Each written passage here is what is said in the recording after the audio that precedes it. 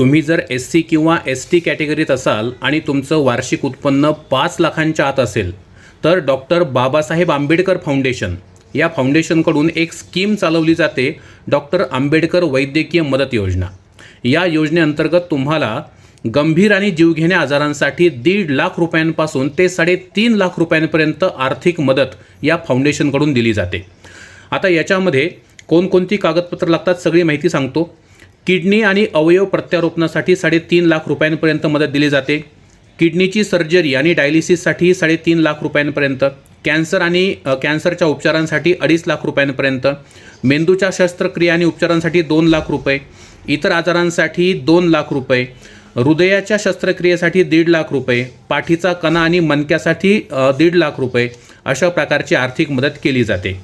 आता याचे जे अर्ज आहेत ते सामाजिक न्याय आणि सक्षमीकरण जे मंत्रालय आहे, सामाजिक न्याय व सक्षमीकरण मंत्रालय त्यांच्या वेबसाईटवर तुम्हाला मिळून जातील। जर शक्य असेल तर मी कमेंटमध्ये त्याची लिंक तुम्हाला टाकून देतो। आता तुम्हाला काय करायचं आहे तर तो जो अर्ज आहे तो अर्ज व्यवस्थित भरून या पत्त्यावरती पाठवून द्यायचा आहे। पत्ता आहे संचालक डॉक्टर आंबेडकर फाउंडेशन, 15 जनपथ, न्यू दिल्ली 110001 या पत्त्यावरती पाठवून द्या।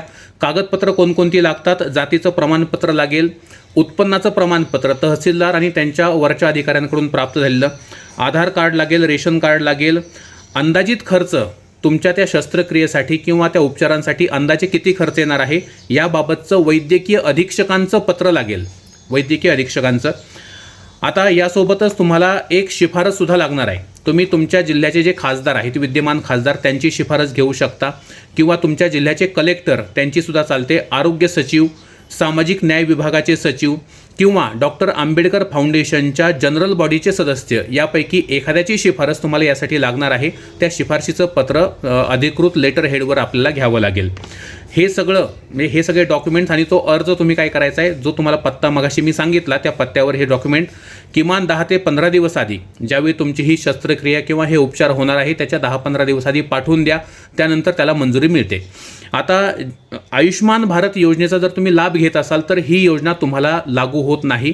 तुम्ही एक आयडिया सांगतो, आधी या योजनेचा लाभ घ्या, डॉक्टर आंबेडकर वैद्यकीय मदत योजनेचा लाभ आधी घ्या आणि त्यानंतर तुम्ही आयुष्मान भारतचे जे 5 लाख रुपये मिळतात त्याचा तुम्ही लाभ घेऊ शकता। जर तुम्ही आधीच आयुष्मान भारतचा लाभ सुरू केला असेल तर त्या केसमध्ये हा लाभ मात्र मिळत नाही।